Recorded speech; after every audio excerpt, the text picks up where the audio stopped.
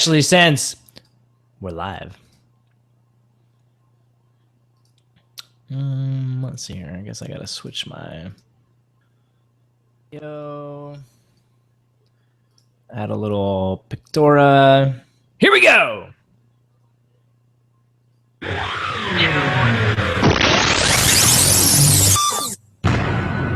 You are listening to the Furlo Bros Tech Podcast, episode 268.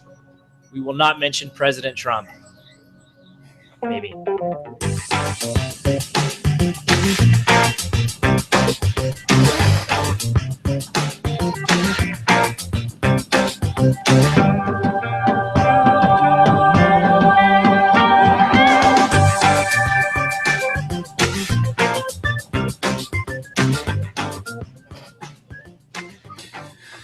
Welcome to Season 6, Episode 268 of the Furlo Bros Tech Podcast. Today is November the 13th, 2016. I'm Matthew Dean Furlo, and learning to communicate with aliens is my brother, James Furlo. Wow, I wasn't... You know what? I think aliens? You know what, James? We're a tech podcast, not a politics podcast, so I'm just going with a movie reference. Okay. You obviously haven't seen Arrival yet. Is that Arrival? Is that I don't? What is that? You're an Amy Adams fan. You're like a dedicated. Oh, every yes. movie she does, yes, you like. Yes. I do like it. I already like it. Arrival. Yeah, I know what you're talking about now. Yes. Aliens come. She's a speech pathologist or something, right? And something like that. She can communicate. Like in Top Gun, I mean, yeah. So she gets dragged in because she can read hieroglyphics and whatever. And so, did you see it? Is it awesome? Yeah, it's pretty good. It is. It's what? I told you. Yeah. It's slowly paced, which I've in my older age, I've become a fan of slowly paced movies. It's actually, or I should say this, it's a very thought-filled piece. And they do a good job of building tension and stuff. So, but having a lot of like big ideas baked into scenes that take a little bit of unpacking while you're watching it.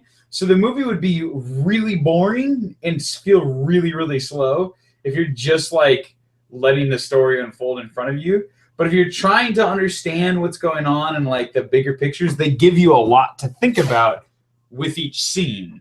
And as a result, it didn't feel very slow paced at all.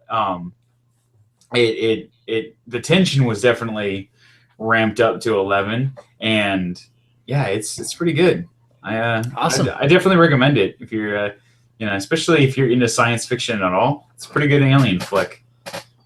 Gotcha. I was busy doing construction stuff, so it wasn't even on my radar, which made some progress. I installed two exhaust fans today. That was the problem for them too, James. All of a sudden they showed up, not on anybody's radar. There you go. Interesting. Is it? You didn't seem to enjoy that joke. I got it. Yeah. Which, by the way, speaking of my exhaust fans, I opted not to go for the Bluetooth enabled speakers built in. I just went with extra powerful and quiet. So I don't know. I think I made the right choice. Wait, what is this for? Bathrooms. Oh. Like you have an exhaust fan. Right. Yeah. They make new ones now where they're Bluetooth enabled, so you can and have speakers in them so you can listen to music in the bathroom. Okay. All right. I'm tracking. You're with me now. Yes. Part of the smart home ish.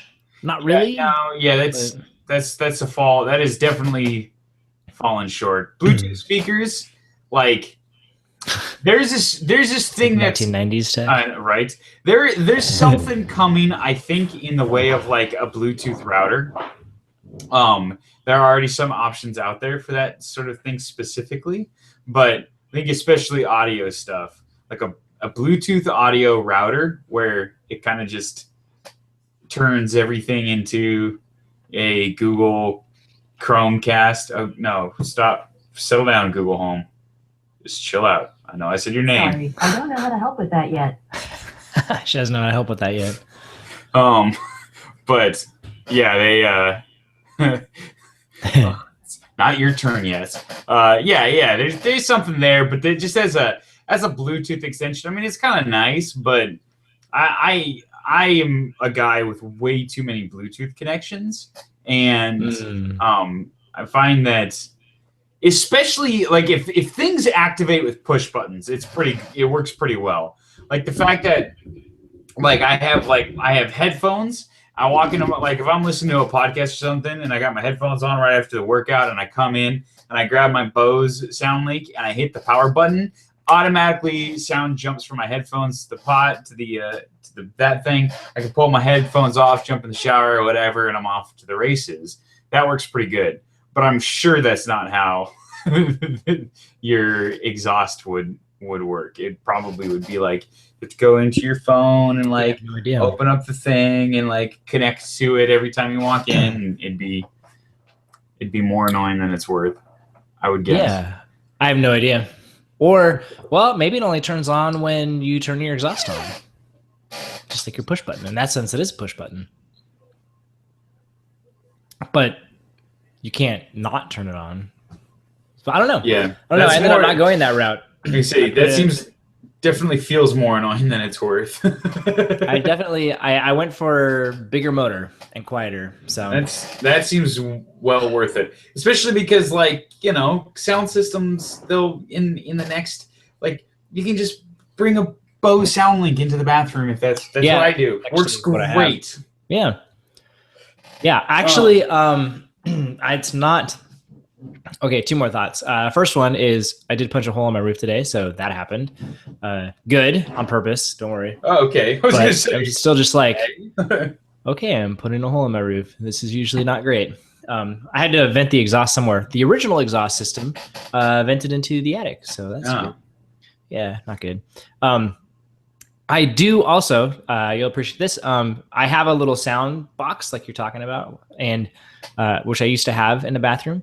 It is no longer in the bathroom because as of last week, I now have an Apple TV connected to my monitor. What? Sound system, and I bought a little box to convert my RCA into a VGA. So I now have a Wii, an N64, and an NES.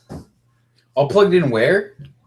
To that monitor that you saw. It's a little 22-inch glory. It's awesome. The one that we used with the VR. It's awesome. Yeah. I like it. Jesse and I played some Tetris last night. We switched off between levels.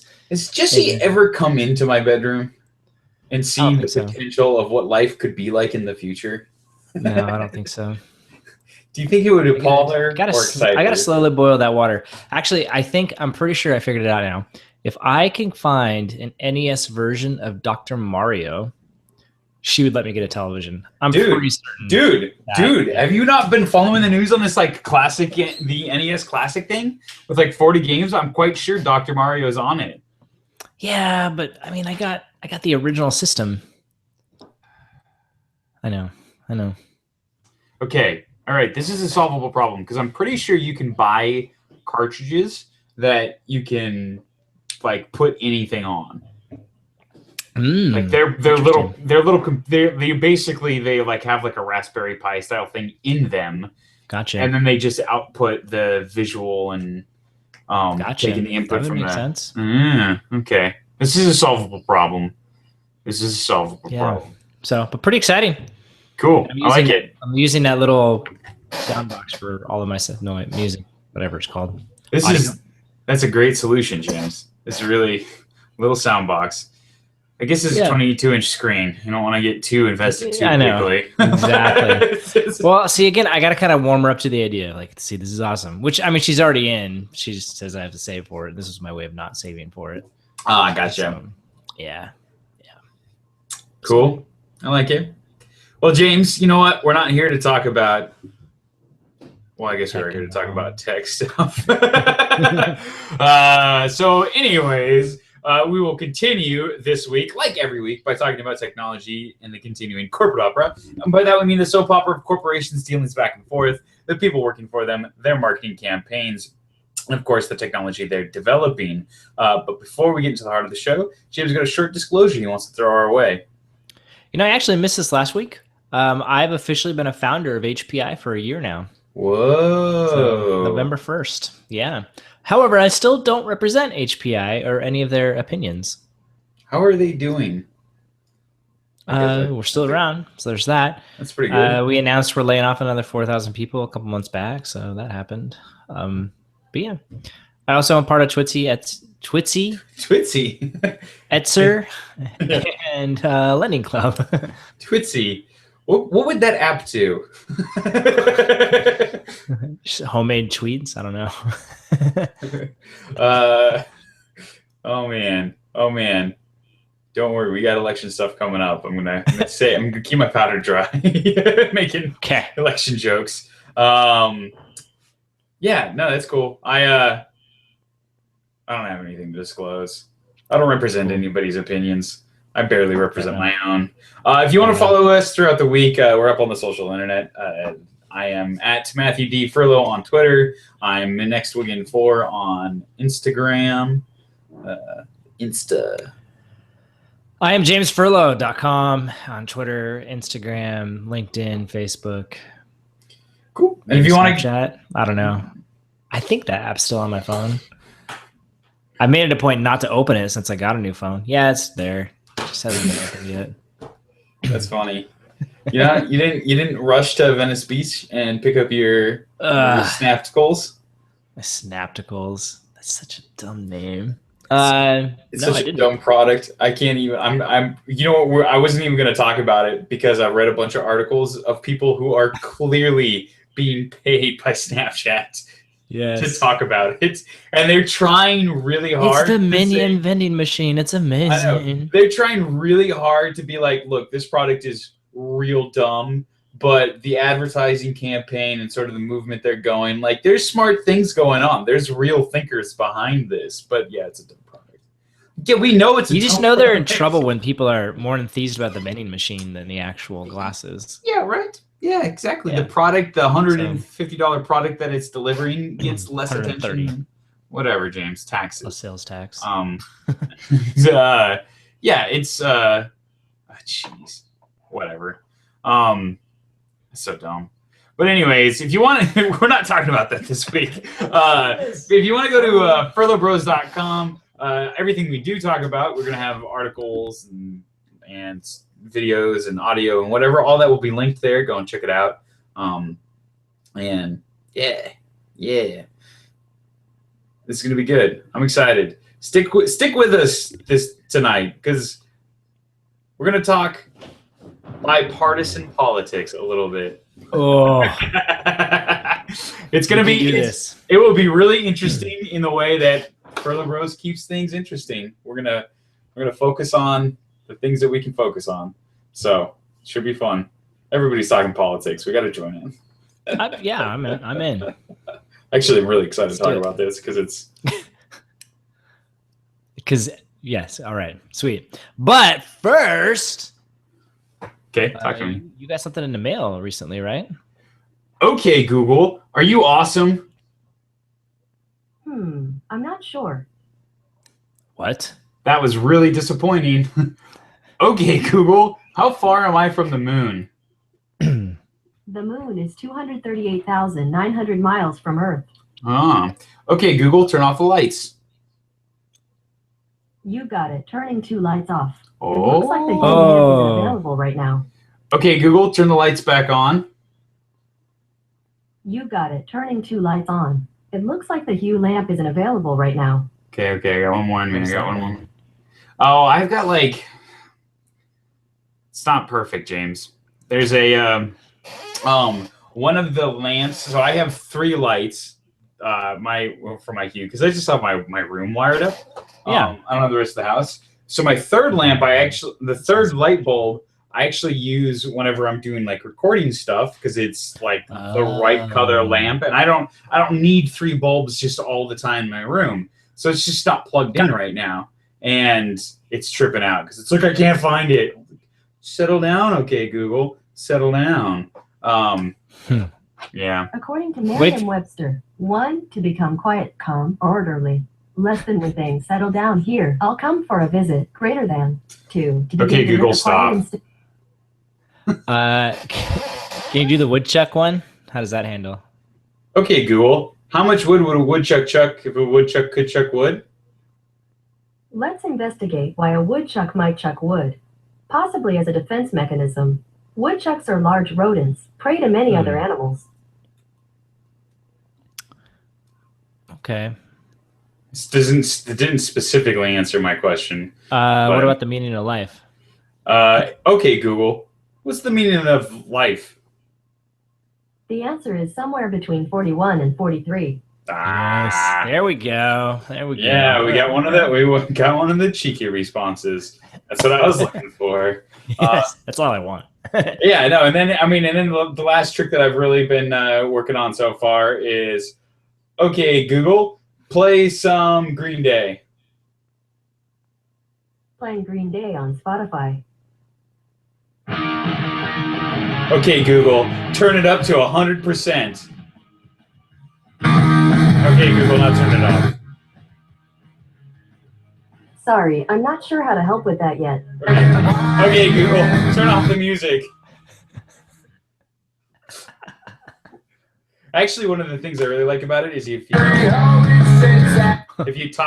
just tap the top, it like starts and pauses the music, which I didn't know. And I was like, so I was talking with my roommate / cousin, and it was kind of loud, and I was like, this is going to be really annoying if I have to tell it every, like, because we were talking, and it was like, clearly it was too loud now, and I reached over to my keyboard and hit the pause button on the keyboard, because that's what I'm used to doing when anybody walks into the room. And now I got 2 sources of music playing, and I was like, well, that's really annoying that I'm going to have to say, okay, Google, every time I want to stop playing music. Don't stop listening to me.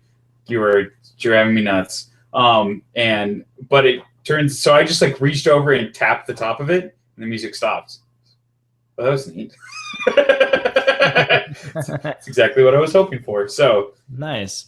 Yeah, it's pretty cool. It's so far so good, James. I'm liking it. I think what I'm gonna do is I'm gonna Google like how do I really stretch its wings, see if I can't make it fly, and then give it a real whirl. But so far it's good. Awesome, cool. All right, and so the intent is that eventually we're gonna give it away after you give a full review, right? Right. I've kept the box in great shape. So if your thing is like, oh man, I hope it's still nice when everything gets done. Yes, it'll be very nice. You won't even be able to tell, except there won't be any tape on it. That's fair. Cool. Awesome, yeah, man. Very cool. Cool. I'm excited to hear the full review next week. Right? Yeah, sure. You got time? Sweet. Awesome. All right, one more. We'll call it a warm up before we get into the heart of this. Instagram, they're going after that company we're not going to talk about this show. They're beefing up their stories. Actually, they're doing 3 things with them. Number 1, they're letting you embed URLs into the stories. Okay. So there'll be a little thing that says "see more" at the bottom. You tap it, and it's just an internal web page to whatever that is. And then you can also tag friends, up to 10 friends in a story. And then finally, you can create boomerangs, which are like whatever, which are just essentially 1-second loops. Big deal. But the big thing is the URL and the tagging of friends now that's the URL, something that you obviously can't do inside of Snapchat. And I don't know if you can tag friends. I don't feel like you can't, but because you send it to them or something. I don't know. You just post it to your main storyline. Well, yeah. So sorry, yeah. So they're going after Snapchat. It's pretty exciting. My favorite part about them going after Snapchat and like and enriching the feature set of stories. Because the whole premise of this thing is that, for those of you who don't follow this, don't listen to every week of the podcast, what's wrong with you? Is that that Snapchat came out with stories, obviously, and it was a very popular feature of their platform. And Facebook, who is the parent company of both WhatsApp and Instagram, just kind of made a move and said, look, we're going to pretend like stories. We're going to say stories is similar to the news feed, where it's this general purpose interface. It's not a Snapchat specific feature. So we're just going to take this general purpose interface and copy it exactly. And be like, oh yeah, it was a great, and not be like, oh, we're stealing the features or trying to copy their try to copy their app and recreate it, which they've done a couple of times. They're like, no, we're just taking this one interface thing and we're going to use it as well, which is a brilliant move if your goal is to cut the legs out from under Snapchat, because now it's like this one thing that people went to because it was a particular way to interact with their friends. Now you can do it on other platforms, and these other platforms are bigger and have more traffic.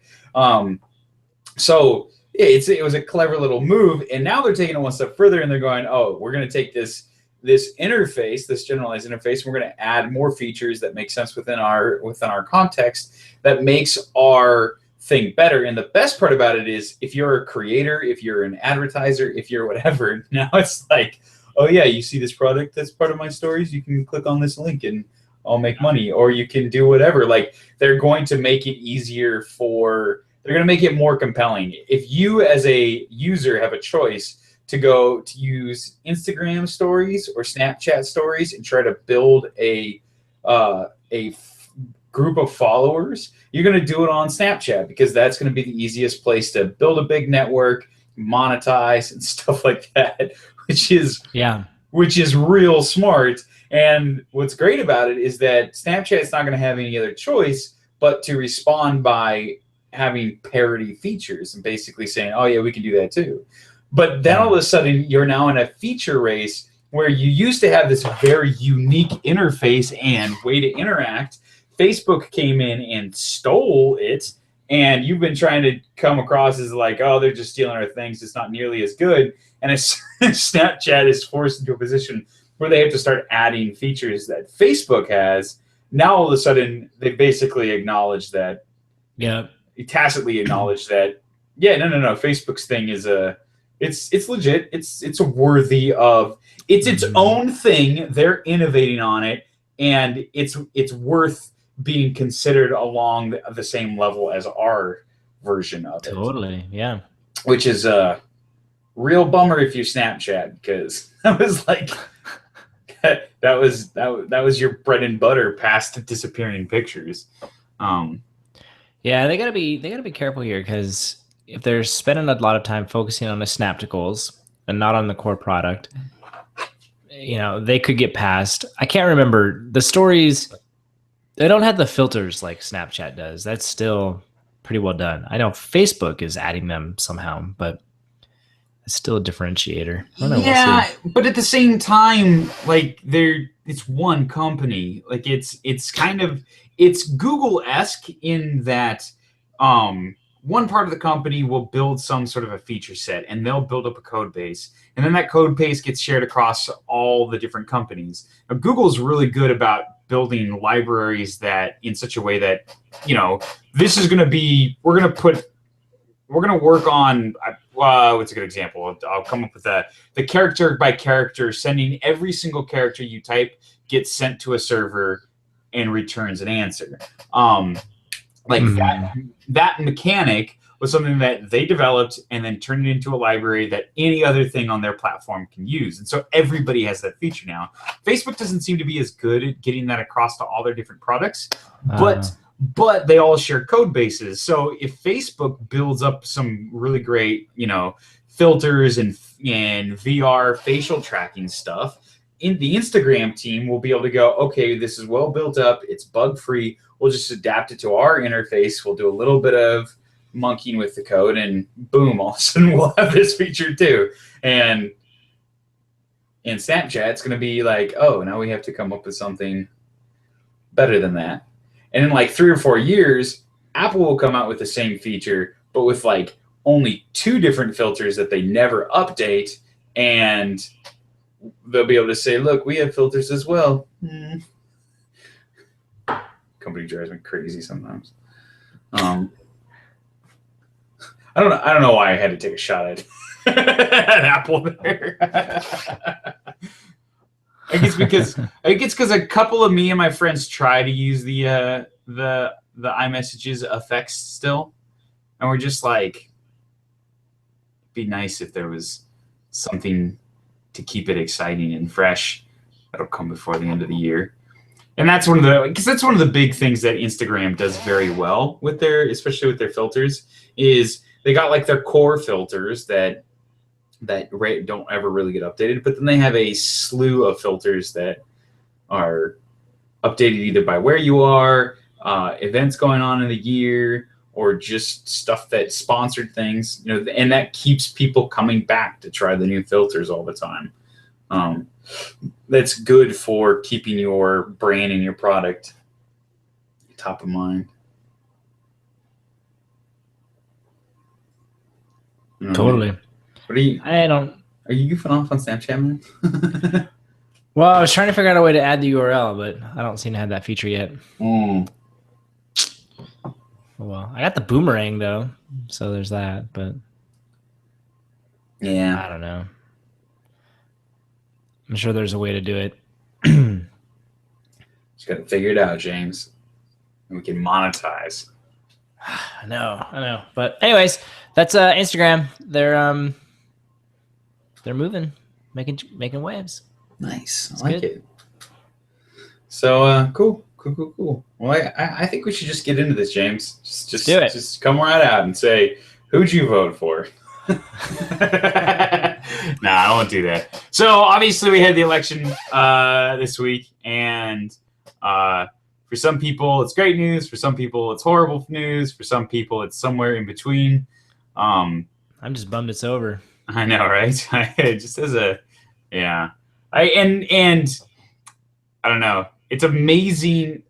I don't mind people knowing that, or people feeling like I disagree with them or not, but that's not what the show is about. So we've always tried pretty hard to stay out of politics. And so I don't want to talk politics just for the sake of talking politics, but something super fascinating happened in the last week, and especially the day of the election. And it really kind of fits into the bell horn of the sorts of things that we talk about on this show. And it kind of fits into one of your core talent sets, which is mining big data for useful statistical trends. I think we can call this the biggest failure in big data history. I know. Well, and part of what's so great about it too is that it's like it is unique in what we're able to look at it, in that it was like we're gonna take a gigantic set of information. Everybody's gonna make their predictions about what they think it means, and then we're gonna test it like all at the same time.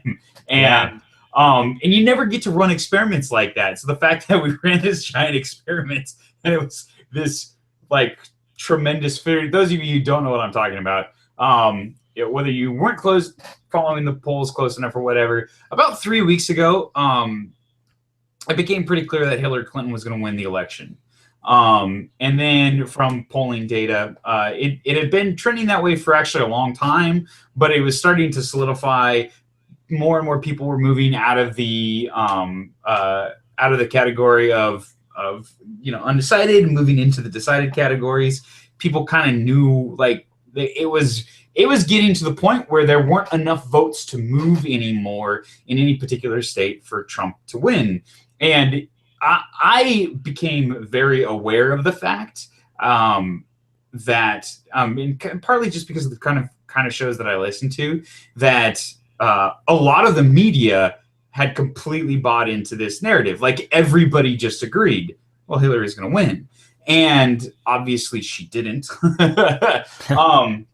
Yeah. And there's all sorts of talks about, obviously, and for weeks leading up to it, Trump and his supporters are saying the polls are rigged. This is all going out there. But the simple fact of the matter is, like, the polls are these people's livelihoods. Nate Silver, the guy from 538, like, his entire career is all the money he will make for the next year, years previous, and years from now is predicated on being the most correct in his polling predictions. Like, it is more important to get the answer right than what the answer is. Like, which, by the way, he, after it was all said and done, he wrote what I thought was going to be the mea culpa blog post. Yeah.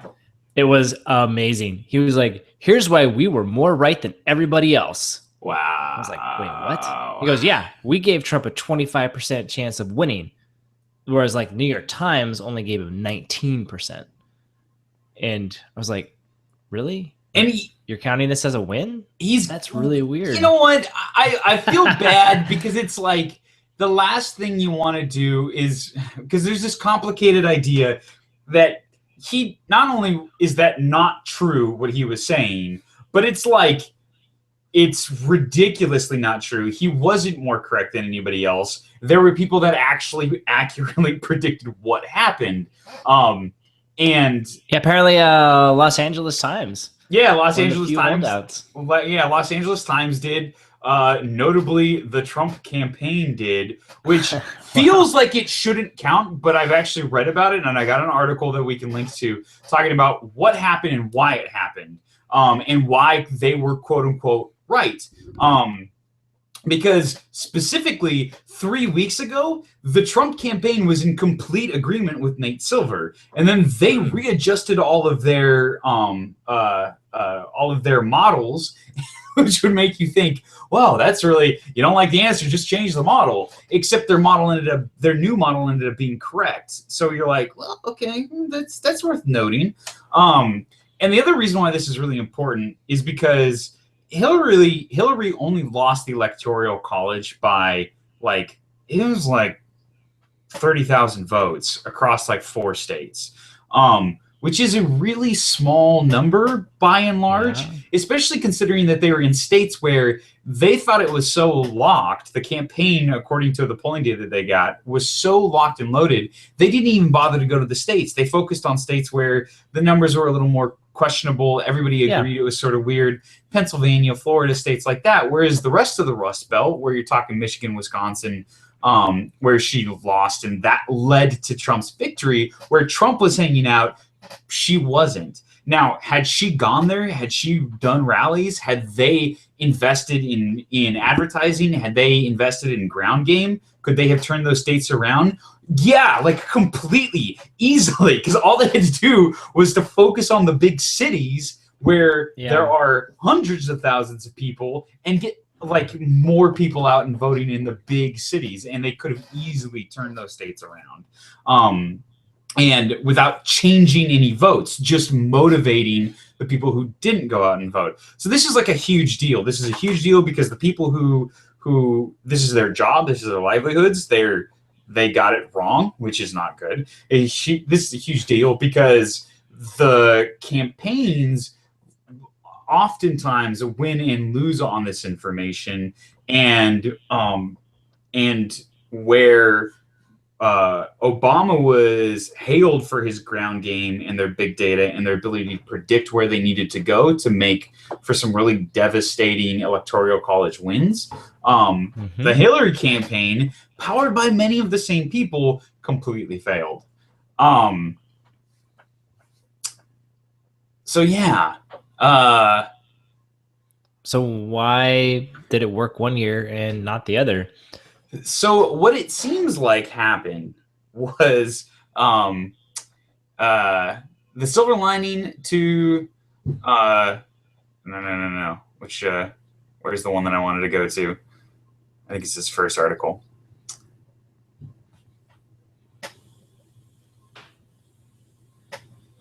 So there's a couple of possible explanations. Number one, the quantity of the data. So the idea is that they're having a hard time getting people to actually pick up the phone. So the idea being here is that the fundamental assumption of what went wrong was they build these models. They basically say, hey, we're going to poll a bunch of people randomly. We're going to get a random sampling.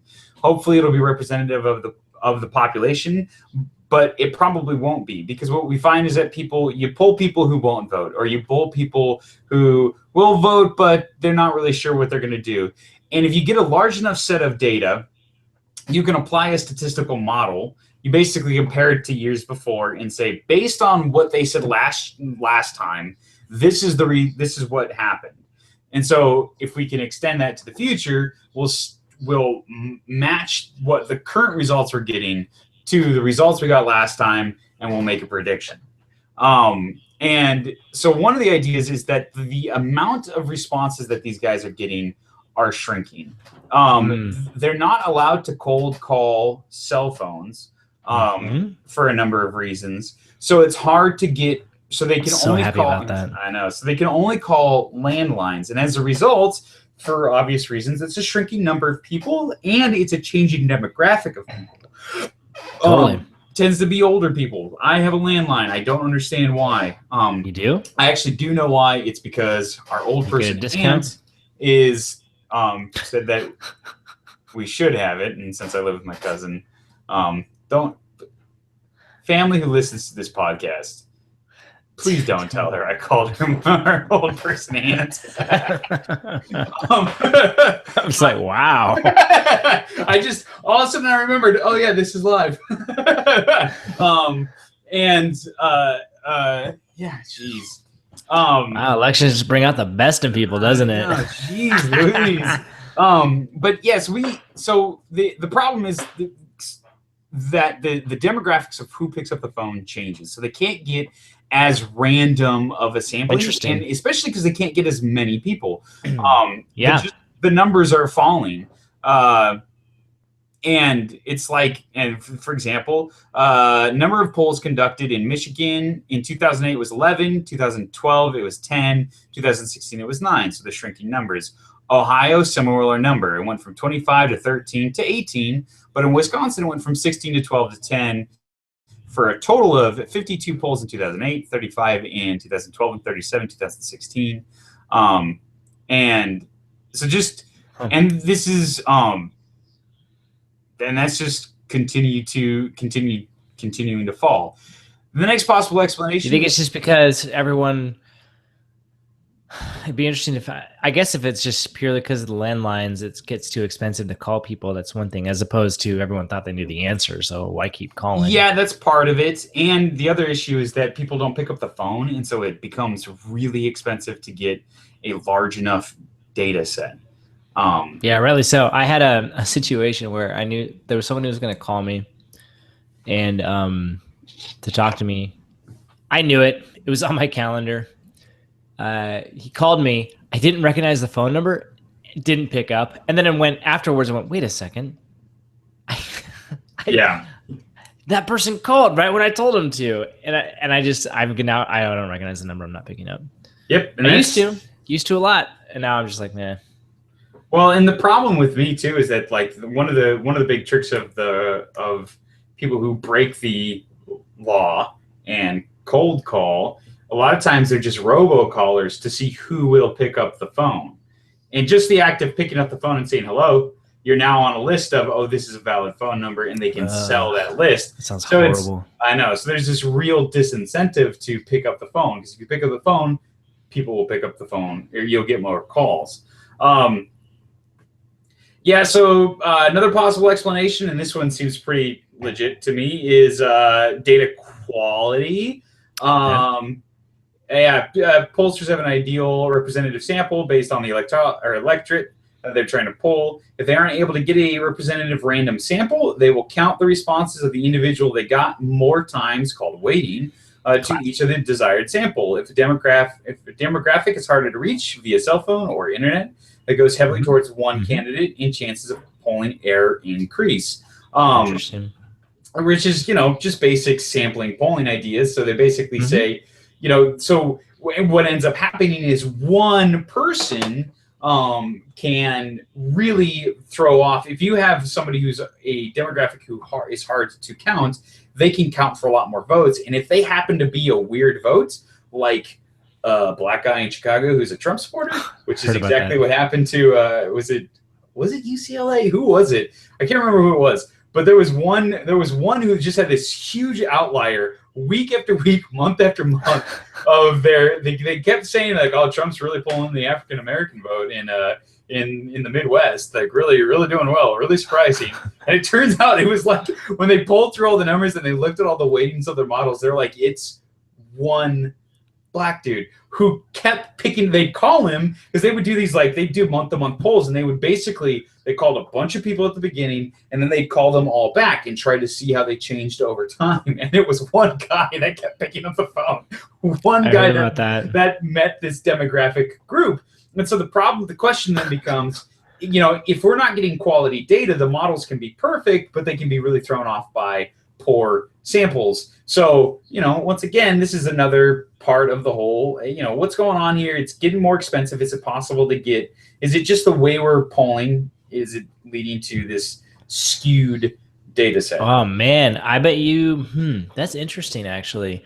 Are we on the verge of a polling revolution? Yeah. Because people are going to be looking for new ways to do it.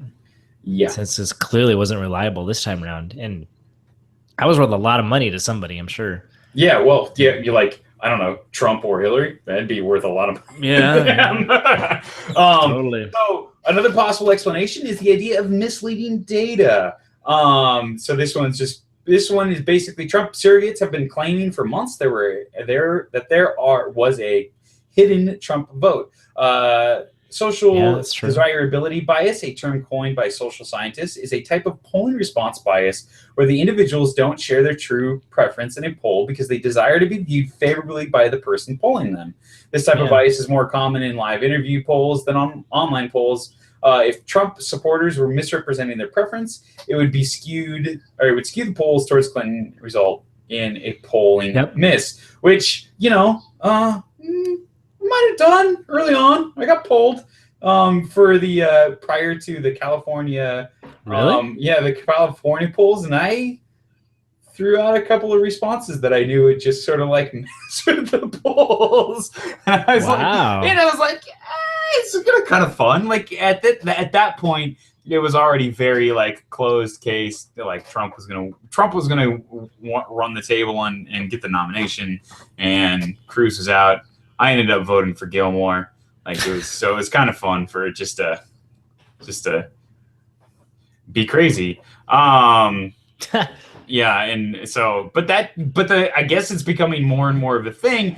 Now you let everyone figure out what party you registered with. Good job. In case they couldn't figure it out already. Anyways, I know. Well, did you vote for Trump? No, I'm sorry. I'm sorry. I can't help it. It's. You don't have to answer. Don't answer. I don't want to answer because it's not about politics. I don't have any problem with. Look, I'll tell you what I did. I'll put it out there. Tell me what you didn't do. How about that? I'll vote. I voted for one of the bad options. Yes. And that's my feeling on the situation. And I didn't vote for Trump. Oh my gosh. Of course. Yeah, now that you didn't vote for Hillary either.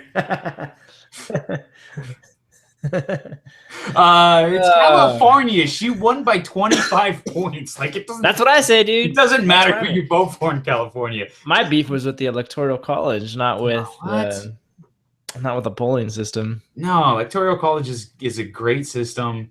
I'm not saying it's an okay system. I don't like the winner takes all system per state. I agree. Each state should have a say, and this is so you don't get always the popular answer, especially with the cities. Obviously, containing most of the people, it doesn't leave the rural side out of it. I totally agree with that.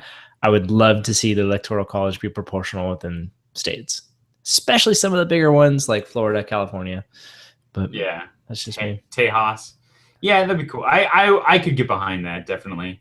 And the problem is it's kind of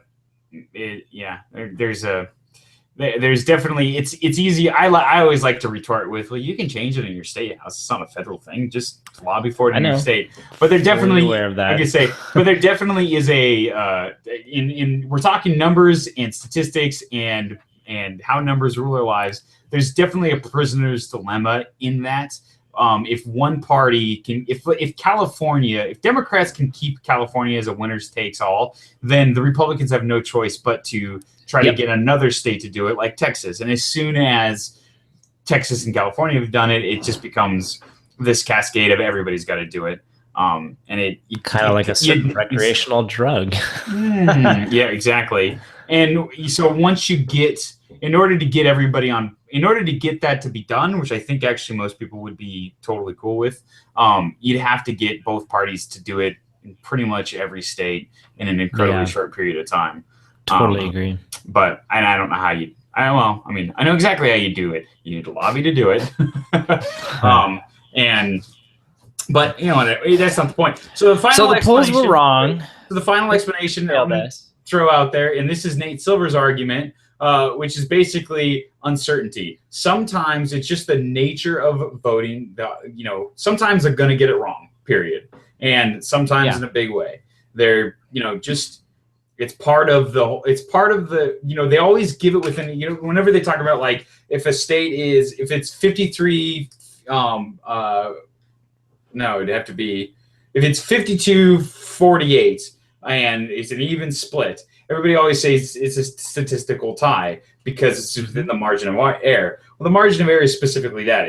We don't actually know the complete answer. It can move up and down for a number of different reasons. Sometimes things just go the opposite way. And so maybe your model is perfect, your data samples were fair, and everybody was honest, but still sometimes you're going to get it wrong just by the fact of you're taking a random sample. Like, statistically speaking, a couple times out of 100, it's going to go the opposite way of what you thought it would.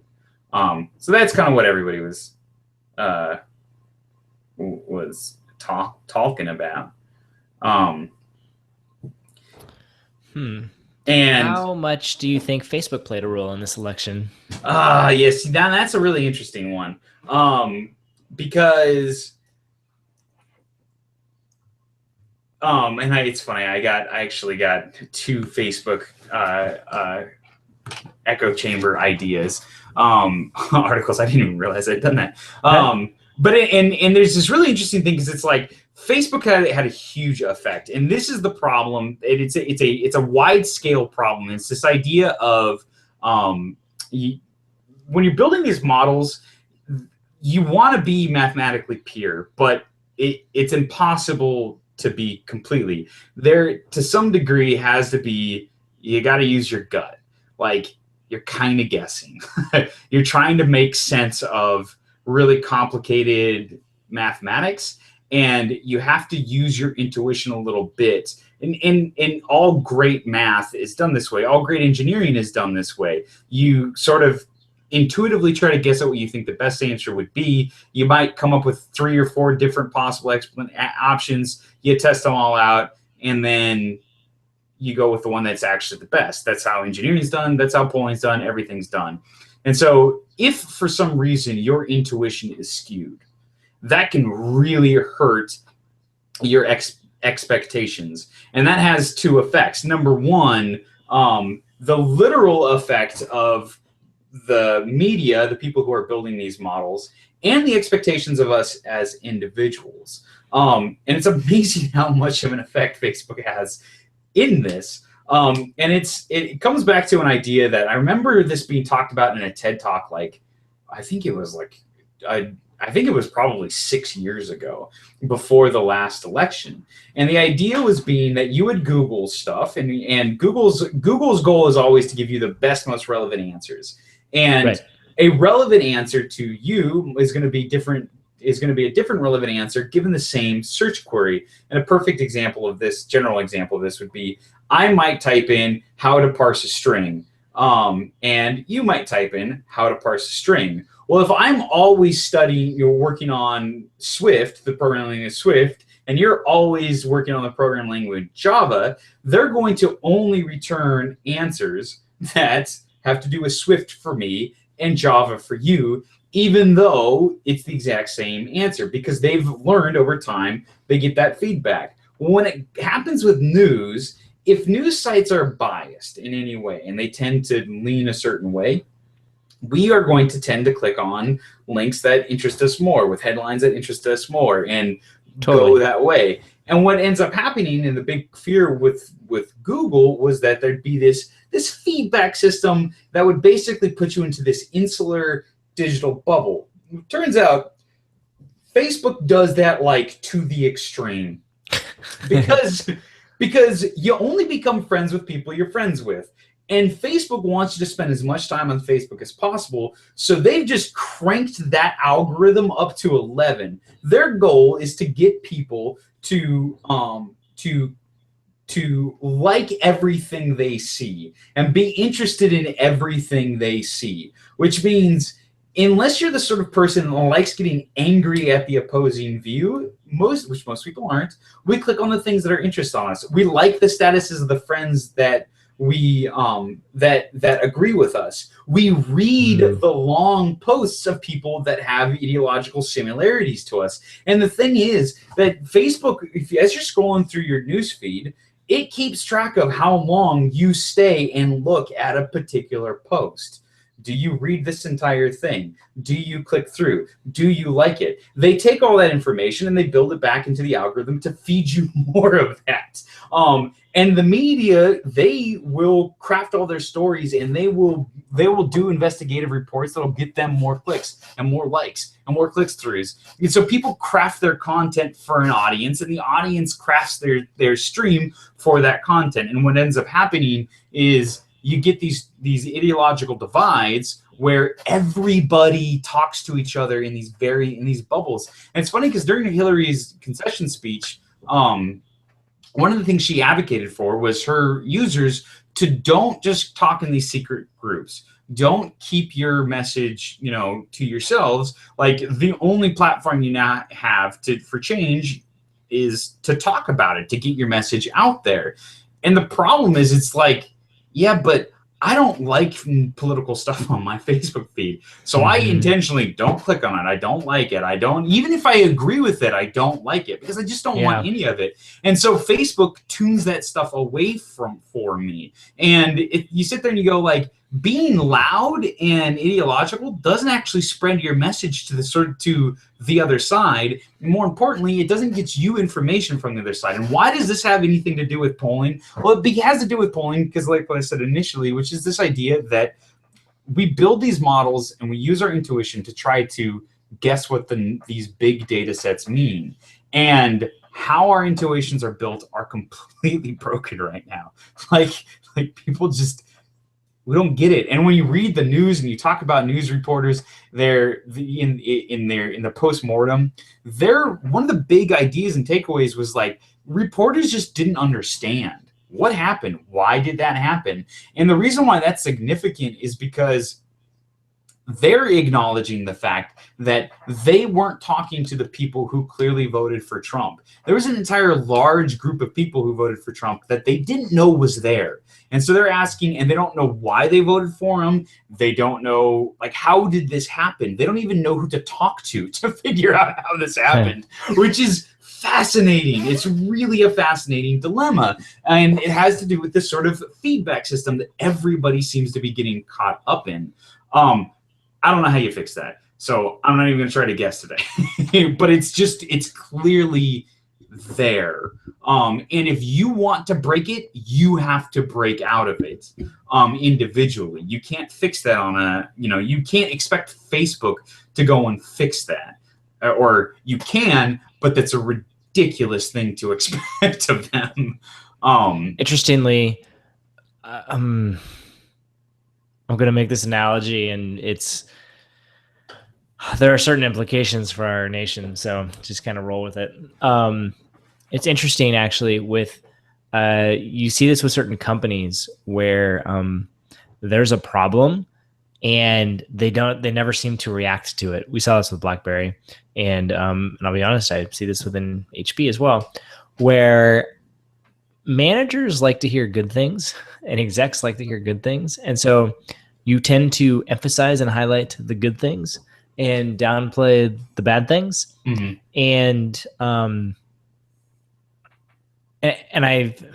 And so you get that same kind of feedback loop, where you see what you want to see, and usually that's precipitated by companies dying. Because they just don't react because they can't, and I'm hearing a very, very similar thing here. Which companies, like I said, BlackBerry, man, you talk to those CEOs, and granted, I think like they kind of were, wishful thinking, but I also think like they were like, no, we're getting good information. There's no, like, we don't have a problem here. Yeah. I was like, no, you do. You're just like, your peeps are afraid to talk to you. And I wonder if our nation is facing a similar situation. Yeah. There's definitely, said, there's certain implications if you keep following that analogy, but yeah. Well, right. Well, honestly, I'd say this. I'd say there's definitely an empathy problem, which I don't want to get too far into my political beliefs, but I think anytime you talk about a country of the vastness of size of the 330 million person population with as many square feet and square miles as America, it's really, really hard for somebody in the middle of Ohio to empathize with somebody in the middle of Montana, to empathize with somebody who's on the edge of California and somebody on the edge of Boston. Like, we're just different people with different ideas, and that's okay. And one of the ideas that the country was founded on was that you should expect that, and to compensate with that, we'll have a bunch of these smaller governmental entities that we'll call states that manage those differences. Now, and then the federal government will only be there to deal with the things that individual states can't deal with. But no matter what, I mean, you need this federal government to deal with these sorts of things. The only way to come to consensus, to build coalitions, and to build a government that represents the people, is to empathize with everybody, with other people as best as you can. And we're really making it possible to see, for both sides, to see the opponents as the others, as just idiot morons who don't understand what's really going on. Whether you're a liberal talking about the sexist, racist Trump supporters, or you're a conservative talking about the PC know-nothing liberals, like you just see them as the others. And as soon as you do that, you've lost your ability to make an argument and to change people. And yeah, I come back. That's not Facebook's fault. Like, and I don't think they need to change. Because it's the only thing that if they Zuckerberg seems to think it's not their fault either. I know we didn't influence it.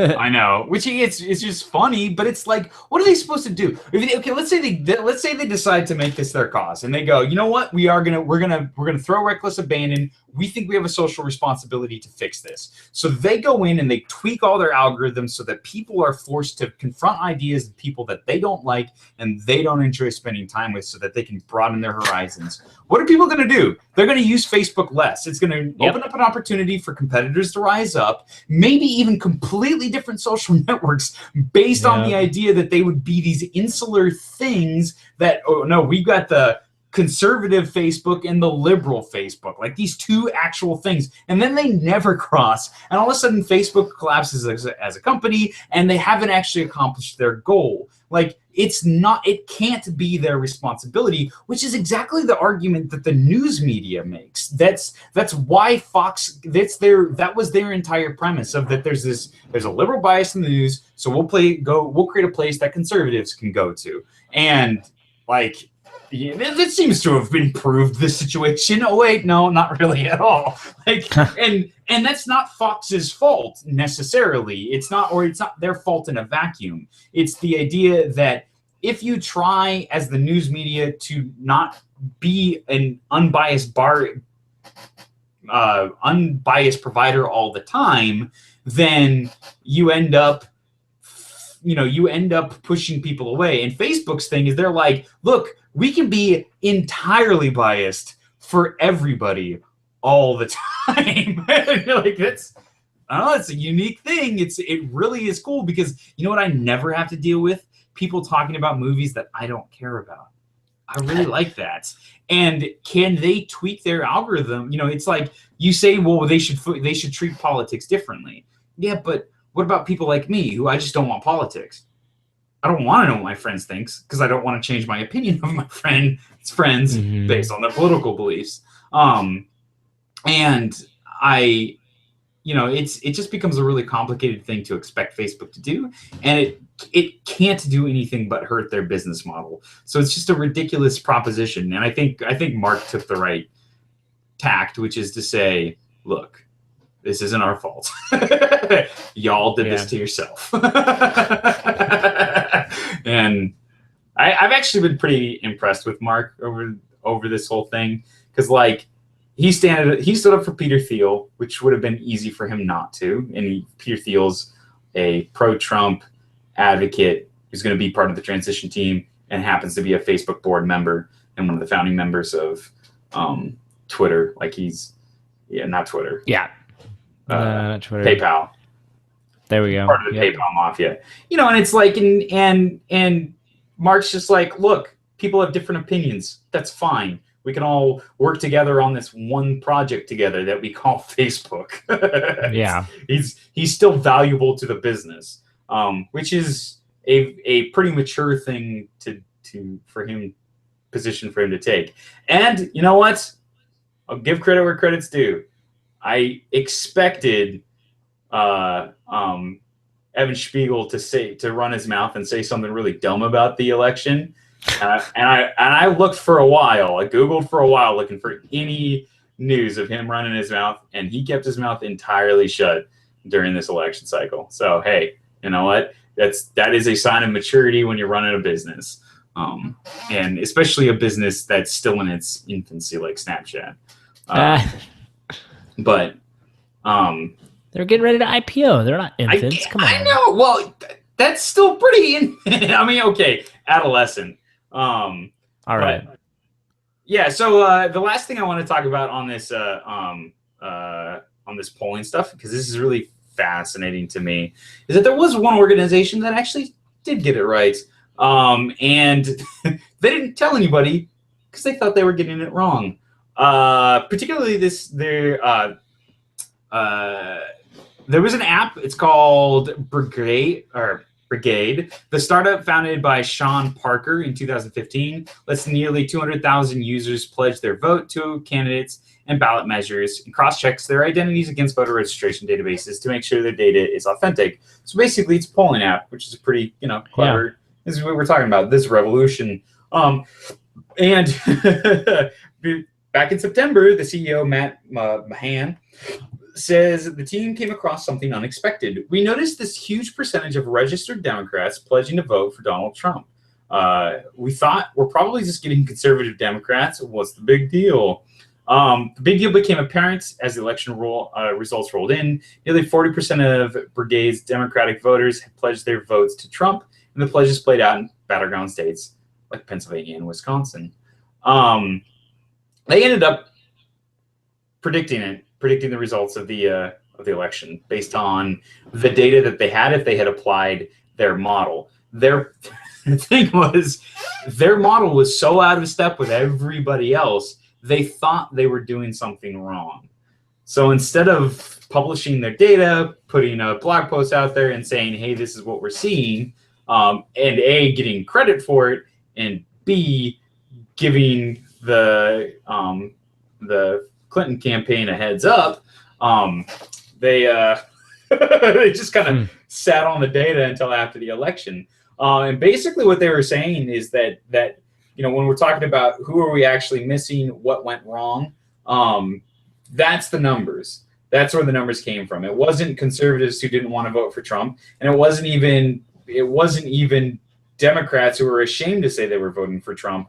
They were out there. The big question is, why why weren't traditional polling methods finding these people that that this app was?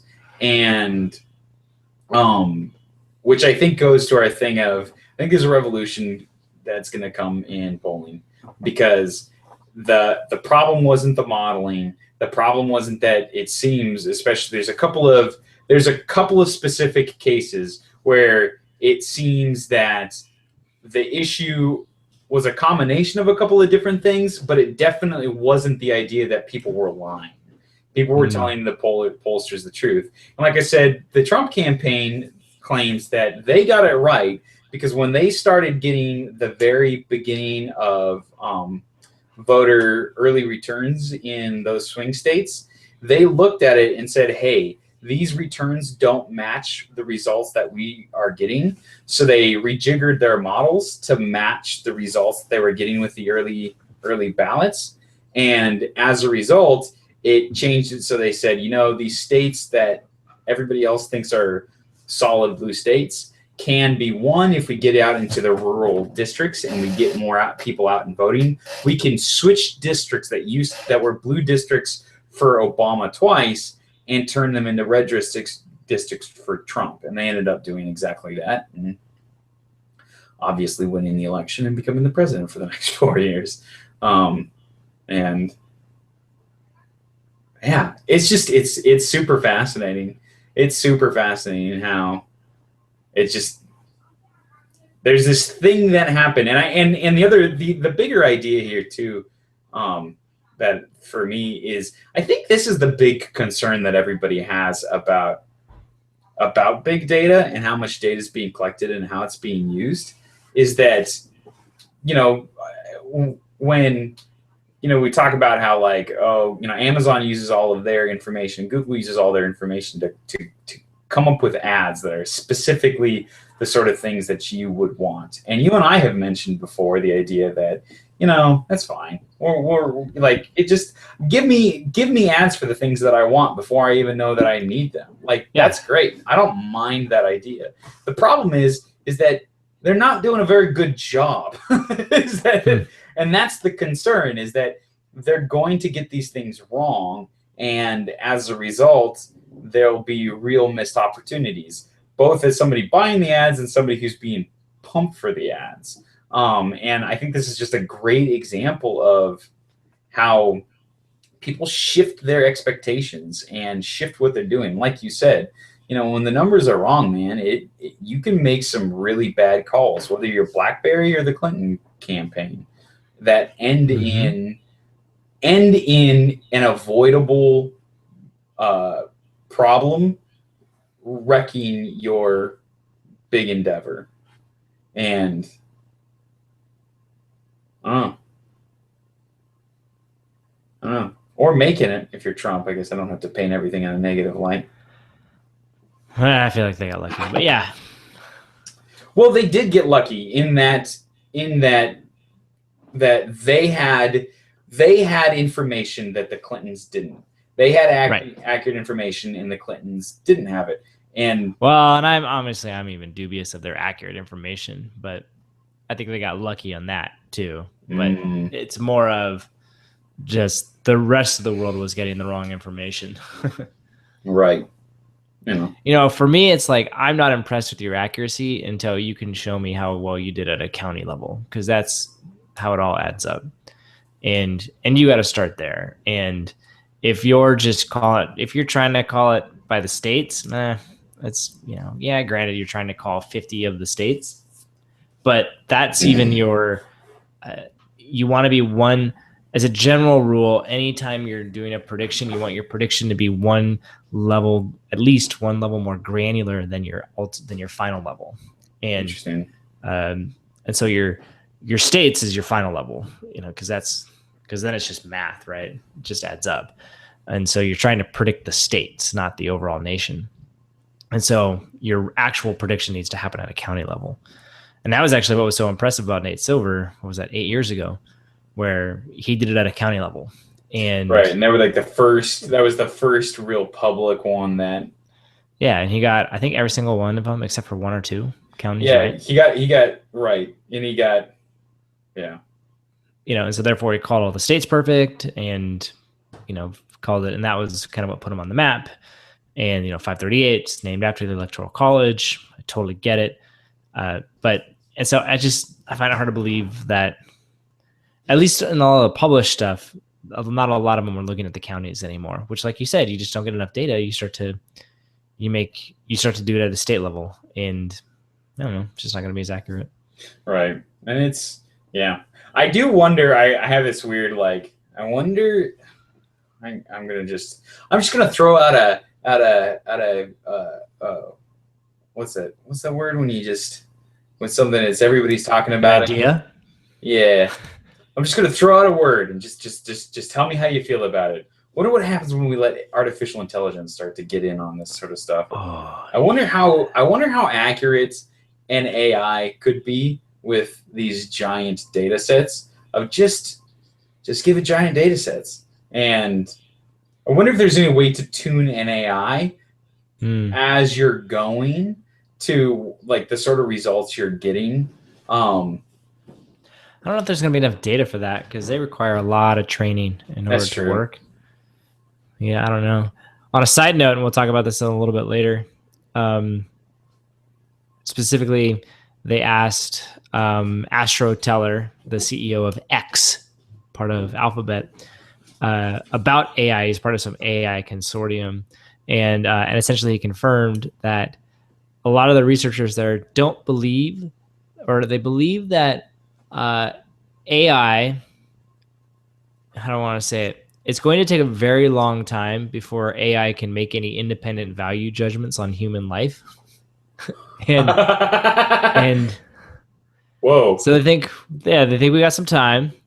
However, they do not rule out the possibility that it becomes hostile to humans at some point.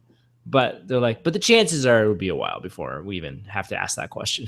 That's, what the real problem is that at some point long before that, we're going to give them guns.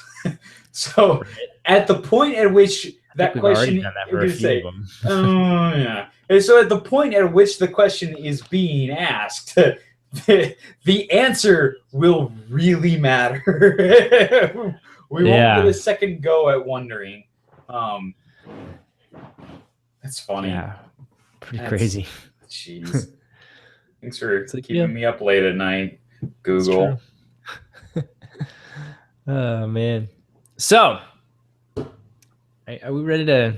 Yeah, let's talk about something else. Let's talk about drones. How about that? Bunch of drones. So I think drones are awesome. Just put it out there. I feel like I'm in the minority on that one, but I'm going to say it anyways. What? Oh, maybe my polling data is wrong. Anyways, there's some cool possibilities with drones. Duh. I get it. A couple things I want to talk about. First one is a company called Zipline out there.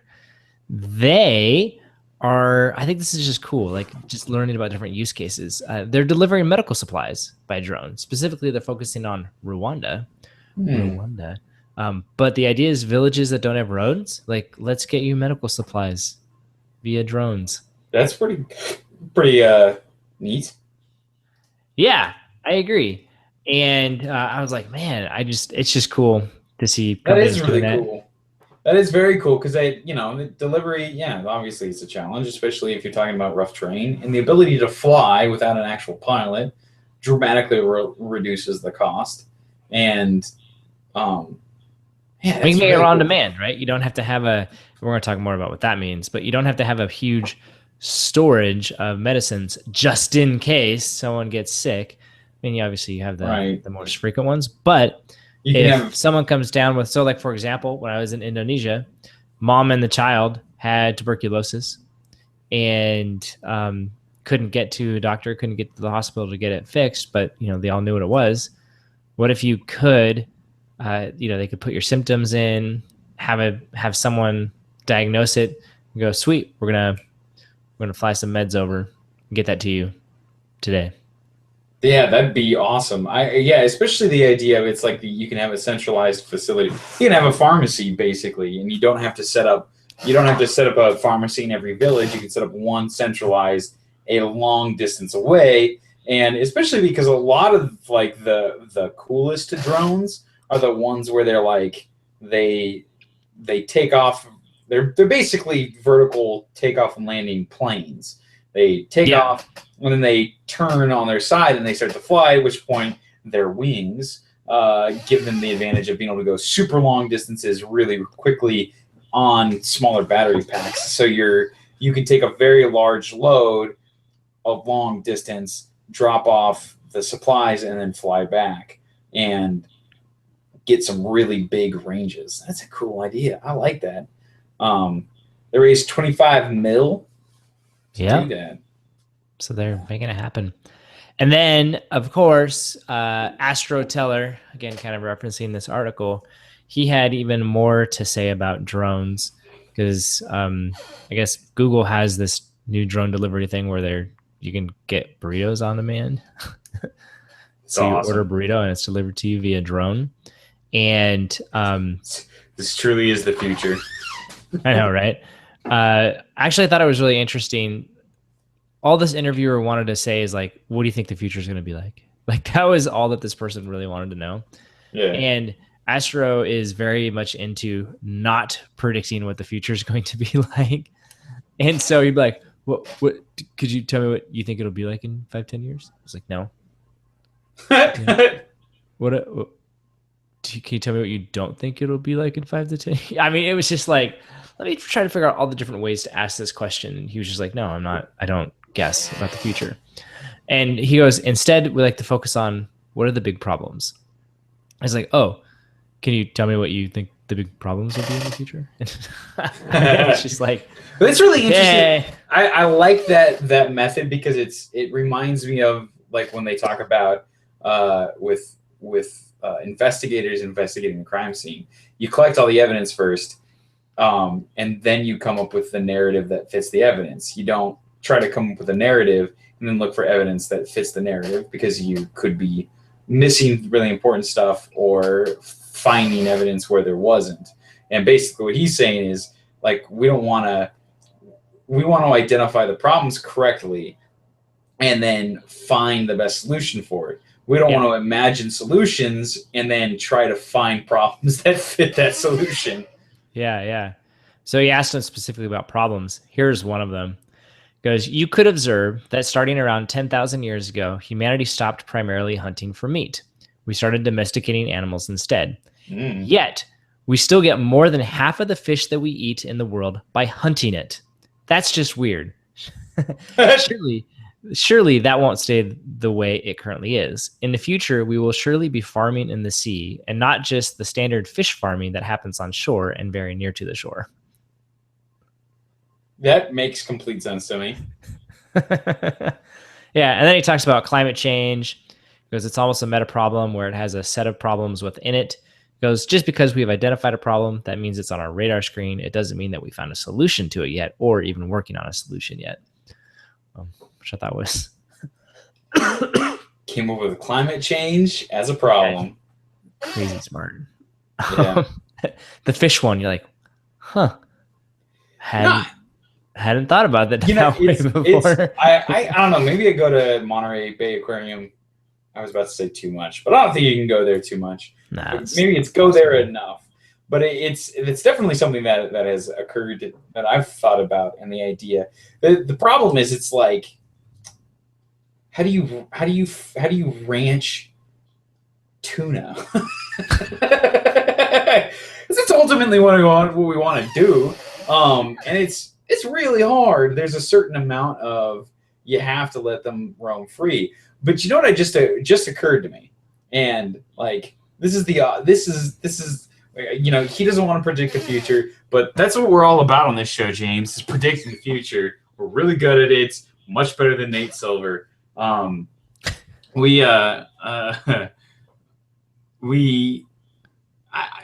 Dude, like drone sheepdogs for tuna.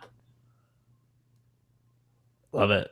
Like a fleet of drones that like ocean drones that I don't even. I'm not okay. This seemed better before By the way, I said it out loud. Oh, go ahead. I'm, No, that's fine. I'm That's fine. thinking through it. I don't know. That's fine. While you're doing that, you'll appreciate that he totally agrees with us, by the way. So I said he's wicked smart, and I think we're in that same category. That's the question. What does the job market look like once AI has started to displace some of the tasks that humans currently handle? Right? That's a normal concern. Here's his answer. Technology has been displacing and creating jobs since there was technology. The lever, one of the first technologies that was ever created, allows one person to lift up something that before would have taken many people to lift up. That caused some people, from a narrow perspective, to lose their jobs. It turns out that actually hasn't caused people to lose their jobs because people spend their time making levers, and because it turned out that instead of one person moving the boulder that used to cost you 10 people, you would use that one person to move that one boulder, and you have 9 other people moving their own boulders. You now move 10 times as many boulders. In other words, artificial intelligence is likely to cause some jobs to go away, and it's going to create a ton of new opportunity. Did you have to say that as him? Because dude, we've said that. We have said any that. Other. I still come back to. I still think Here's okay. I want to keep going because this comes back to his thing. In order to believe that all jobs are going to go away, which is a rather extreme view, but certainly one that some people are saying, I think you have to believe that there's an end to the problems in the world. See, it all comes back to that the problems are going to get all used up, taken away. That artificial intelligence will be so good, we will run out of problems. I don't believe that's going to happen. Okay. Okay. That's interesting because my argument... It's a failure of imagination on our collective parts that we can't see how, when robots take over some of what we're currently doing, it won't just level us up to the next level. It's a failure of imagination. My point is always the same thing, that there's this even more complex idea to imagine that I have been able to imagine that he clearly hasn't, which is the idea that I make the argument that the very initial purpose of the basic building block of computation is to automate a process, and all of computer development for computer scientists, so computer scientists who do more computer science, or not all of it, but a huge portion of it has been automating their jobs so that they can be far more productive, which is why companies like Google and Facebook, Apple are super profitable, because very few people can do an enormous amount of work. And so it's not necessarily that they produce more, but that their productivity per person is astronomical compared to any other industry. And so we talk about, well, this automation, what happens when you automate more and more problems? Well, my point is, and the point of AI in general is to automate the automating process. It's to have a machine that figures out how to make machines do tasks. It's not that we run out of problems. It's that we do have the potential, I believe, to build something that can solve problems as fast as we can find them. At which point, I do think you have a jobless society. And maybe there's a class of problems that can never be automated, and there will always be jobs for people there. But that's just not what they're working on right now in AI. That's not the current thought of what AI is capable of. No, we think we can build a machine that can solve any problem that people can solve better than people can solve them, at which point you've just done what I've said we want to do. I suppose. Now, is that going to happen in the next 10 years? No. Is that going to happen in the next 100 years? It's questionable. I mean, you're so far into the future. It's like, and maybe that's not a solvable problem, at which point he's absolutely right. But I don't know. I think I don't like being told it's a failure of imagination that we'd ever run out of problems, because there's this bigger goal of what we're trying to do. Now, if he were to come out and say our goal is to create, I think, like you said, no one's actively working on that right now. So yeah, but that's kind of not a problem. Well, yeah, okay. Google claims that's not what they're working on. No, don't stop it. I don't understand. I said the words, and it hurt me. They're working on specific types of problems that machine learning can help with. But the idea that computer scientists from all these different all these different organizations, that the larger problem they're working on isn't that sort of super intelligent artificial intelligence that can do specifically what I'm doing, or at least not, or maybe even a substandard intelligence thing or computer that so automates it that we're able to solve problems at a rate where the 7 billion people on Earth can't keep up, where a few creators can do all the heavy lifting that anybody can think of wanting. I don't know. I don't know. Maybe I'm wrong. But Okay. I just think I think he has to say that, though. I think you can't. I think. Well, and he said just as much in the next 10 years. He's right. Yeah, exactly. So. Yeah, he'll be dead before it's a problem. So. Yeah. The other thing that he talks about, and this gets back to the drone stuff, is they had a drone delivered a burrito, and they're like, how was it? He goes, it was good, but it's like, let's think bigger picture here. He goes, every time we as a society remove another big chunk of the friction in how physical things are moved around the physical world, boats, planes, trains, horses, and Pony Express, the mail system, we have profoundly changed society. He goes, let's say you could just snap your fingers and have something magically appear in your hand whenever you wanted it at no cost. And it was instantaneous. You have a hammer in your home. You probably have a power drill. You use it 1/10 of the time, maybe only 100th of the time.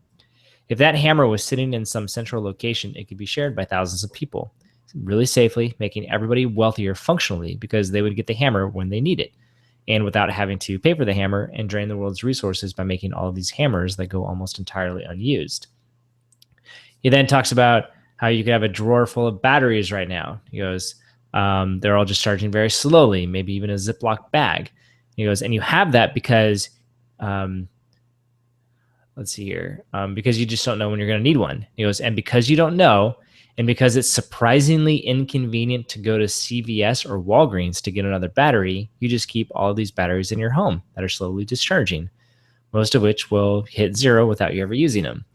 And he goes, so if we could move from an ownership society to an access society where having it now wasn't important, but having it when you need it, it would really dramatically, magically change the world. Interesting. That's where that concept that we talked about a few years ago, like that asset light idea. Right.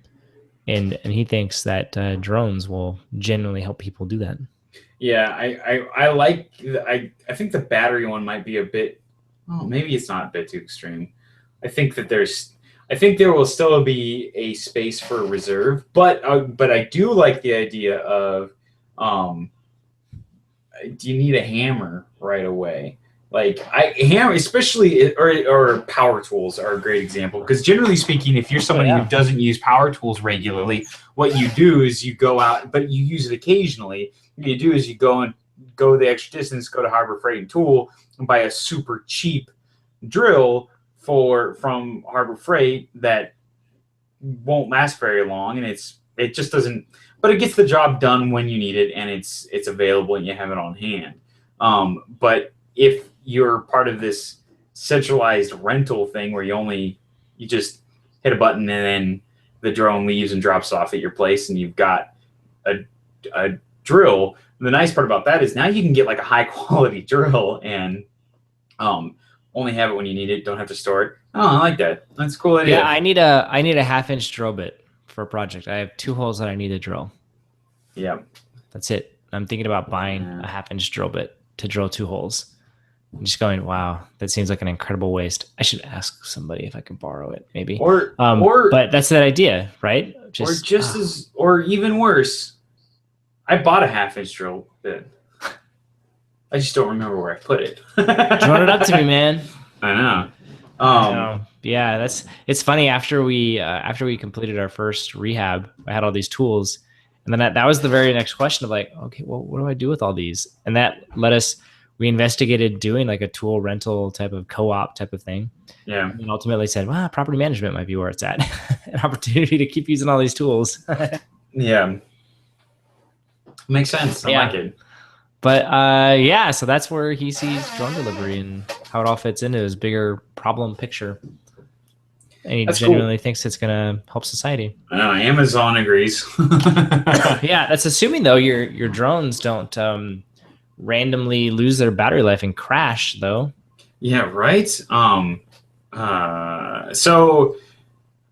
going to detour from that segue for a second, although it was quite convenient because the GoPro Karma drone was getting stellar reviews on Monday and Tuesday.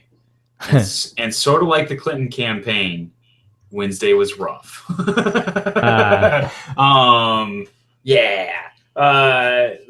GoPro Karma, everybody was saying it's really great. It's light, it works, and if you're a GoPro fan, it was the drone to go with. If you're a GoPro guy and you kind of invested in that ecosystem, stick with it and get a Karma. You'll be very, very pleased. And then they started plummeting out of the sky. So we got, if you go to furlobros.com/268, we'll have a link there for videos of these drones plummeting. It's pretty exciting. It's basically what happens is it's exactly what they sound like. They fly up and they're all stable and they're taking video and it's just, beautiful scenic shots and it's all stable and looks really good. And then all of a sudden just plummets, just out of nowhere. These things, like, they fall. And what's really interesting is in a couple of the videos, the blades kick on right as they hit the ground. So they don't really know why they're falling, but they are big enough to have to be registered with the FDA and everything. No, FAA. And so they're of that size where if they fall on somebody, they can do tremendous damage. They're not very big, but they're big enough. And as a result, the view here is that they got to recall them because they're falling on the sky. One of the videos is like they're over this baseball diamond, and all of a sudden it falls, and when it lands, it's looking up, and there's this. It's like it hits, and all of a sudden it when it settles, it's just standing. There's this dude standing right over it, and it almost looks like a cut. Well, the guy walked up to it, but turns out no, it's just the guy who was standing there. All of a sudden, this drone just fell right in front of his face, and he was just standing there like, "What just happened?" Nearly hit him. That's so dangerous. I know. So yeah, so GoPro is recalling all of their Karma drones. That company is so. You know what's going to happen, James? GoPro is going to follow their drones. I think we're watching the beginning of the crash. That is a tremendous brand blow. That your first pass on the drones is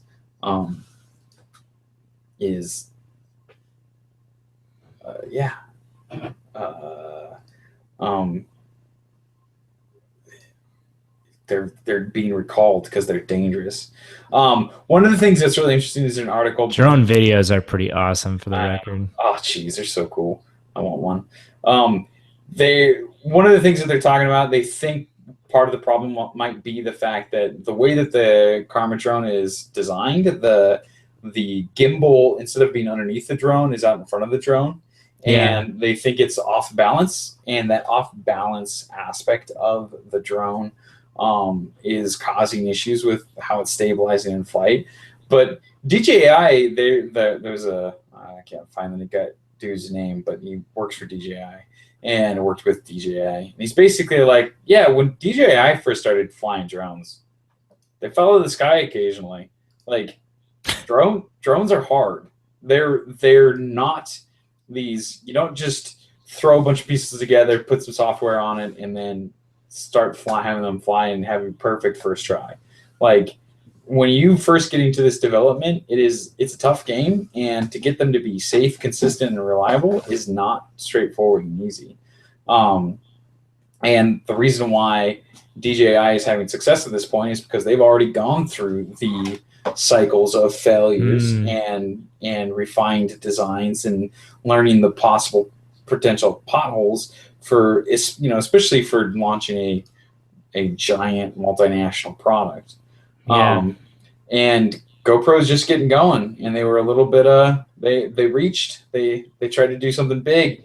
They built this really cool gimbal. Wow. They launched new cameras, and they built a drone that, for whatever reason, is stalling mid-flight, just falling. That would be so frustrating. Brand new $800 drone. Just watch it fall out of the air. Like, oh. Yeah, especially if you don't know why and you don't realize that this is like a deal, that's going across the entire platform. It would be, you'd just go crazy because you'd be like, was it my fault? What happened? And especially because it's not just the $800 drone, but it's the $400 camera that you strap to the face of it. Yeah, that's true. It's it drive you crazy. So, I want a nice drone, man. Watching those videos, dude. The DJI Mavic, I've heard, is fantastic.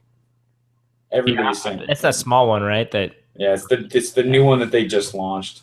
It's a little bit pricey, but it fits in your pocket and doesn't fall out of the sky. Takes a really good video. Yeah.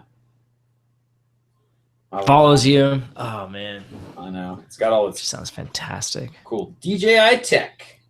I feel bad. It's funny. I've tried to stay optimistic on GoPro. On this show, I was an advocate for GoPro a couple years ago. As everybody else is like, company's done. Cameras are a commodity. No, they got more going for them. They can leverage and they can branch out.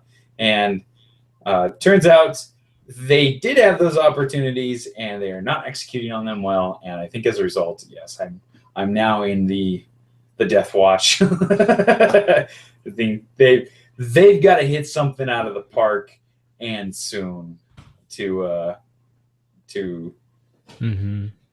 get out of this spiral they're in. I like it. Spiral. Drone death spiral. Yeah. Yep. I agree. I totally agree. All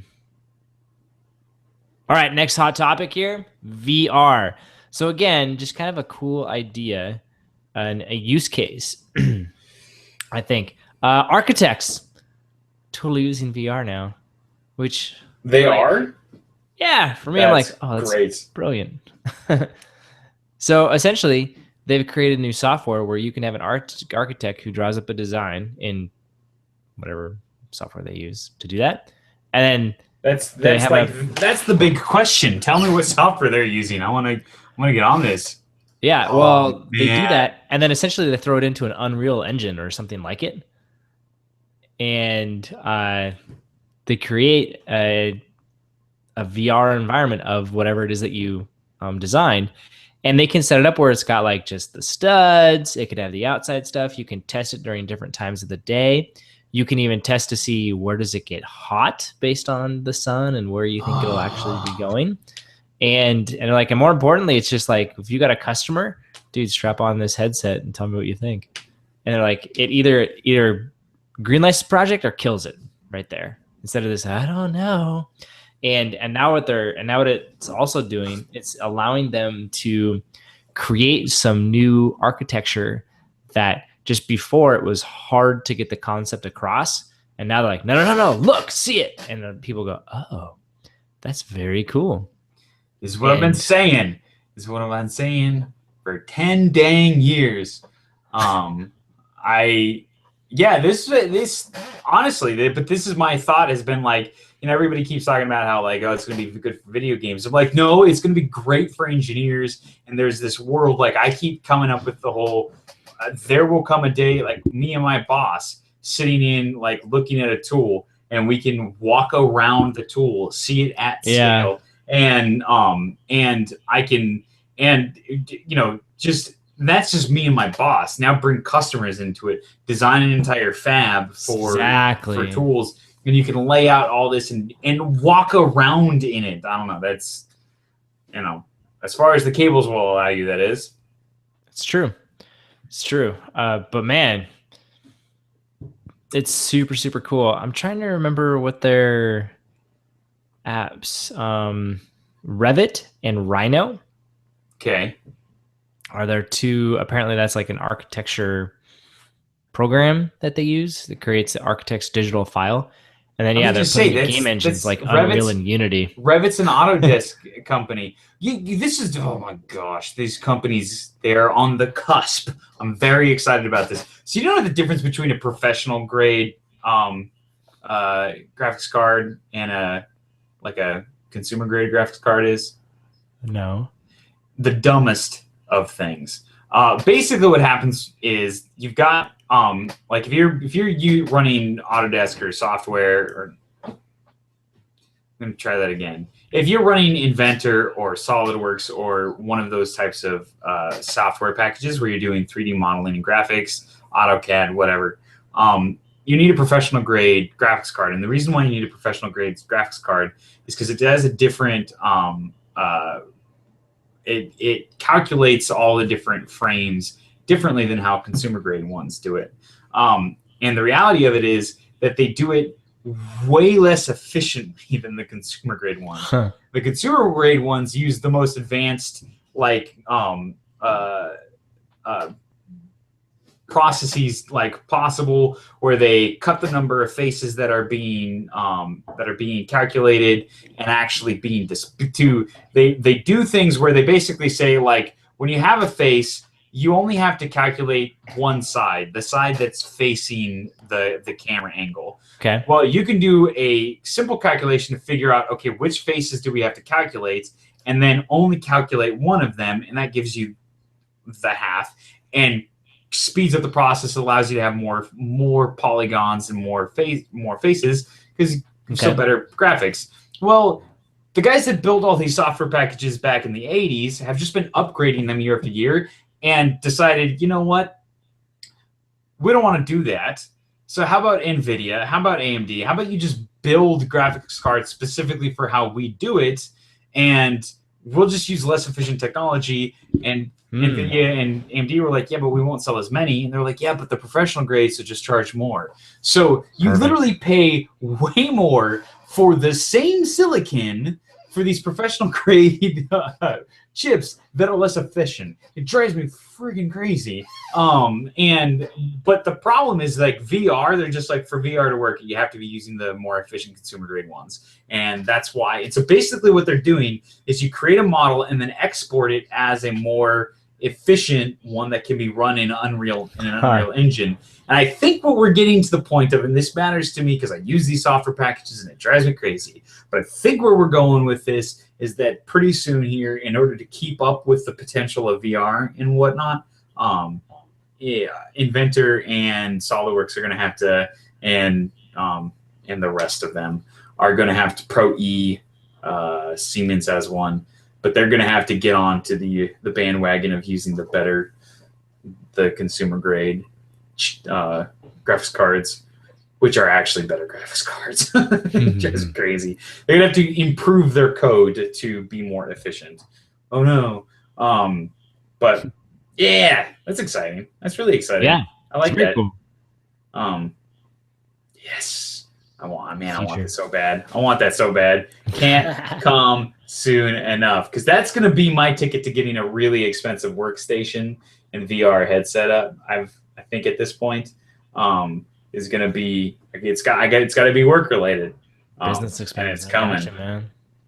But obviously the big limitation there is that if you were to, you're limited by how far you can walk around. The HTC, it's a room scale experience, they always describe it. So you set it up, but you're limited to the cables, how far the cables can let you go. But but lo and behold, solution is approaching rather quickly. And if you're in China, you can actually buy one. There is a company called ViveX. It is HTC's virtual reality accelerator.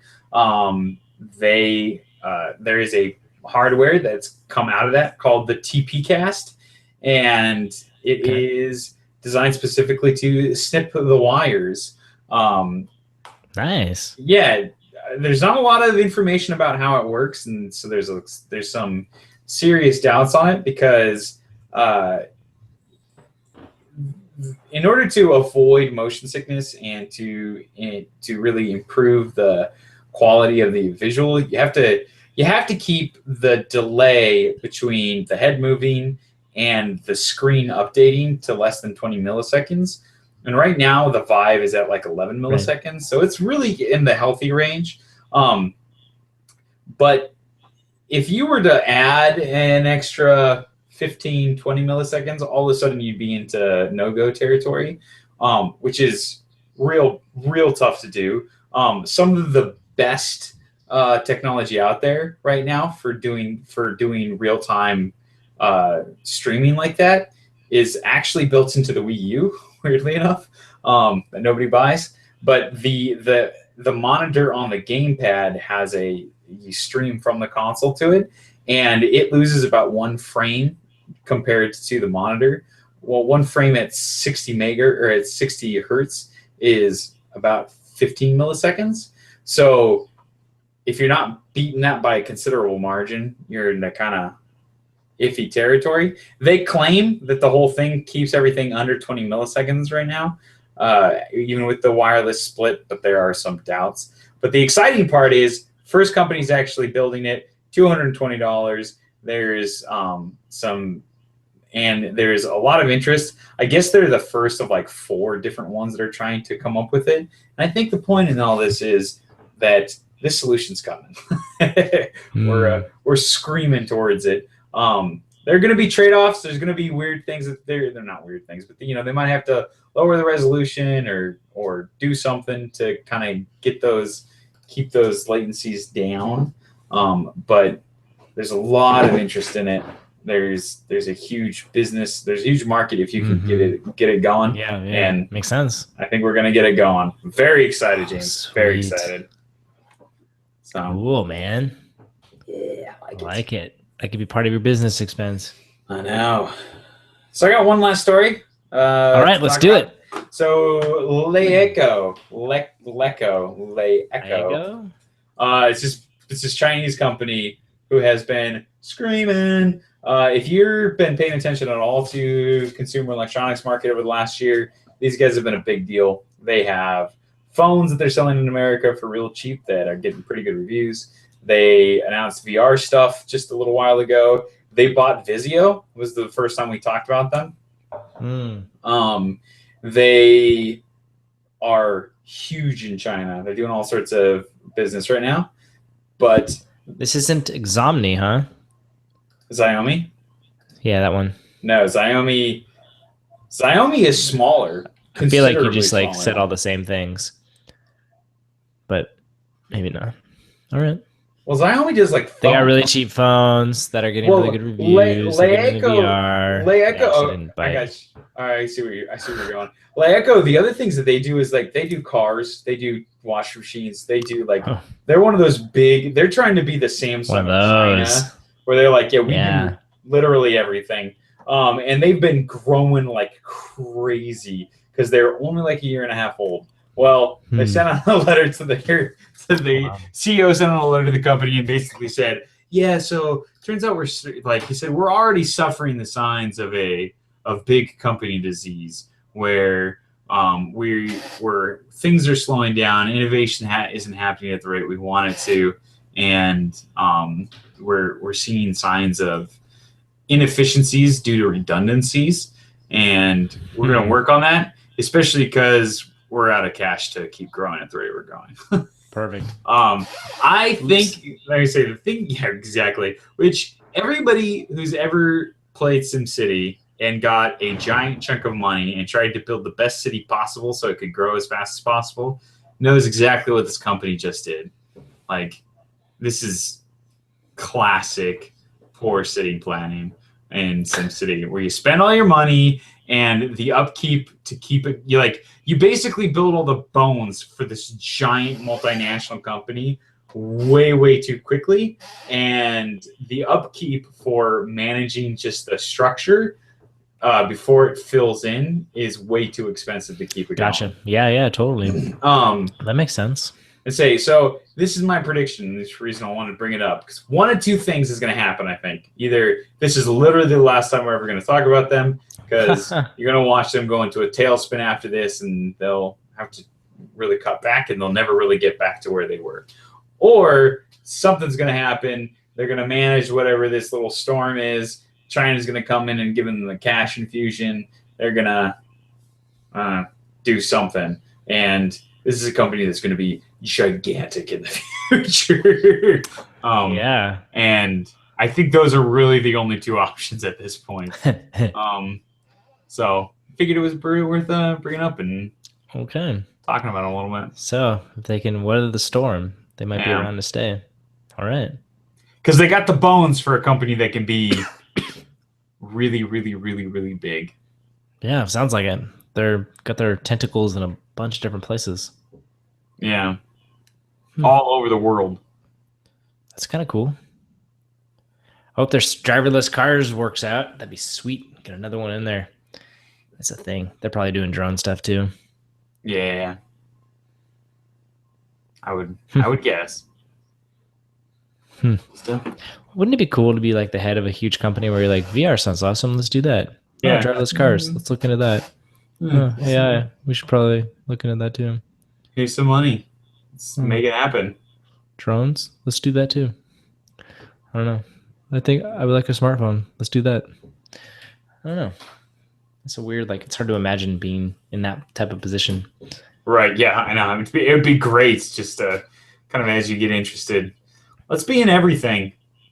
It's cool. I like it. That is cool. Awesome. Well, hopefully we'll be talking more about them. Yeah, definitely. Well, dude, that's the week. We're all still kind of reeling from last Tuesday, it feels like. What's going on? But pretty soon we'll be into the holiday season. We got one more clean week. Is my math right? Of this week, right? No, before we're officially into the holiday season. Yeah. Yes. This week is nothing, but then the following week is the Day of Thanks. Yes, correct. And then we're off. You are right, sir. Yeah, I like to be right. Awesome. Cool. All right. Well, everybody, thanks for joining us. Thanks so much for listening to episode, 268. Appreciate it. Don't forget, you can check out all the show notes. furlorose.com, episode 268. You can also get them sent directly to you by signing up for email. Do it. You want to. It's the new awesome. And then finally, this podcast is supported by listeners like you.